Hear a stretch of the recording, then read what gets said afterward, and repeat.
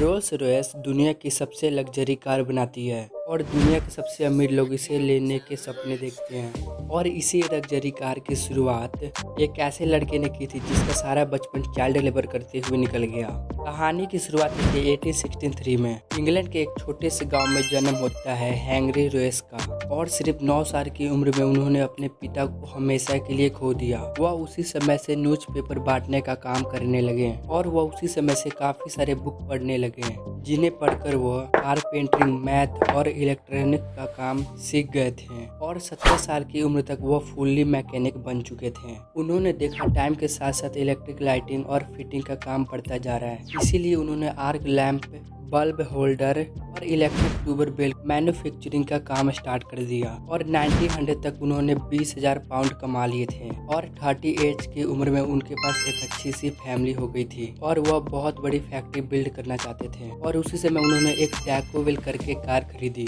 यह कार काफी ज्यादा आवाज करती थी और ब्रेक भी सही से काम नहीं करते और इस कार में ओवर हीटिंग का भी प्रॉब्लम था, इसीलिए उन्होंने सोचा इस कार में माइनर मॉडिफिकेशन किया जाए और जाने अनजाने में वो कार को पूरी तरह से बदल देते हैं। यह रीडिजाइन कार ओरिजिनल कार से बहुत ज्यादा अच्छा लग रहा था और वो यहीं से सोचे मैं अपना खुद का कार बिजनेस स्टार्ट कर सकता हूँ। और उसी समय से उन्होंने एक छोटी सी टीम असेंबल की और अपनी पहली कार की डिजाइन करने लगे। सभी पार्ट की ड्राइंग बन जाने पर उन्हें वर्कशॉप में कास्टिंग करने के लिए भेज दिया गया और उन्होंने अपनी पहली कार बना के तैयार कर दी। और इसी समय एंट्री होती है चार्ल्स रॉयस की। वह कार बिजनेस के एक सक्सेसफुल बिजनेसमैन भी रह चुके हैं और इन सारे कार्स को बेचने के लिए चार्ल्स रॉयस और हेनरी रॉयस आपस में बिजनेस पार्टनर बन जाते हैं और यहीं से कार को नाम दिया गया रोल्स रॉयस। रोल्स का मानना था किसी भी कार की मार्केटिंग करने का तरीका सबसे अच्छा है उसे रेसिंग टूर्नामेंट में पार्टिसिपेट किया जाए और उन्होंने रोल्स रॉयस की कार यूज करके